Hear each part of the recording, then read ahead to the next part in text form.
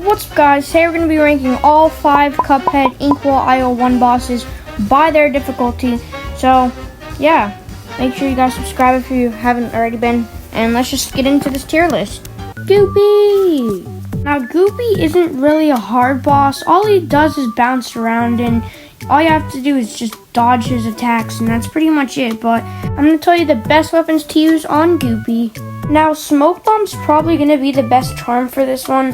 And for the weapon, I would actually probably use Chaser because, well, it bounces around and it has to be good aim. Or just use Roundabout because I use that sometimes too. But yeah, those are the best weapons on Goopy.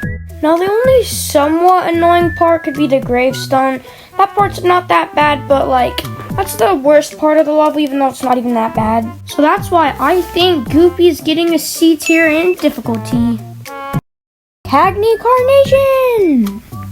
Well, Cagney Carnation isn't that hard of a boss, but it still kind of is. It's a great boss with very, very much detail and a great theme song. Just hear this.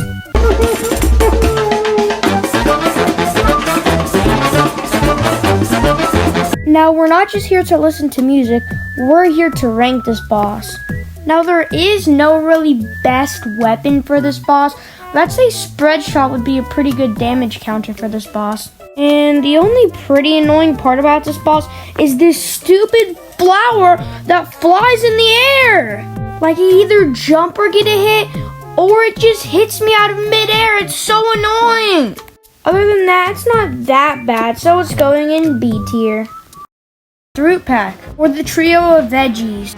Now, this fight features 3 phases. The first one being the bag of dirt, or the potato, and second one being the onion, and the third one being the possessed carrot that is on something. But this is honestly one of my favorite boss fights in the entire game. It's just so unique to all the other ones. And best of all, we can't forget about his secret onion radish phase, and it just makes the boss fight a lot more harder and unique. So I'm gonna give this boss a... Well, if we're talking about difficulty, this is obviously getting a D, but it's still fun.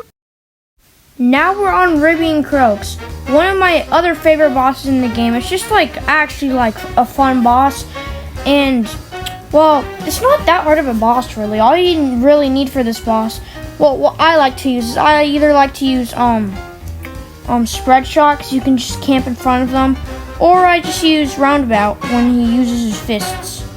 But Chaser would also be decent for the Fireflies, but I don't really know why you would need it. So I'll just stick to Chaser, Roundabout. And if you really need it, then Smoke Bomb, but you don't really need it, so yeah. This boss is just generally fun. So I actually probably put it in C tier. It's not that hard really, except for its claw machine part. That part is kind of annoying, because you can get a random one, but this one's going in C tier. Now we're on Hildeberg, and yes, this is probably the hardest boss in Inkwell IO1, but it's also the first plain boss in the game. Other than some the other bosses in IO2, like Jimmy the Great, Wally Wargles, Kyla Maria, Dr. Kozrova, but just this one's just really fun in my opinion. Like the random type of angel things or whatever can make this boss fight really interesting, and you might get in a struggle during this dude that shoots stuff at you.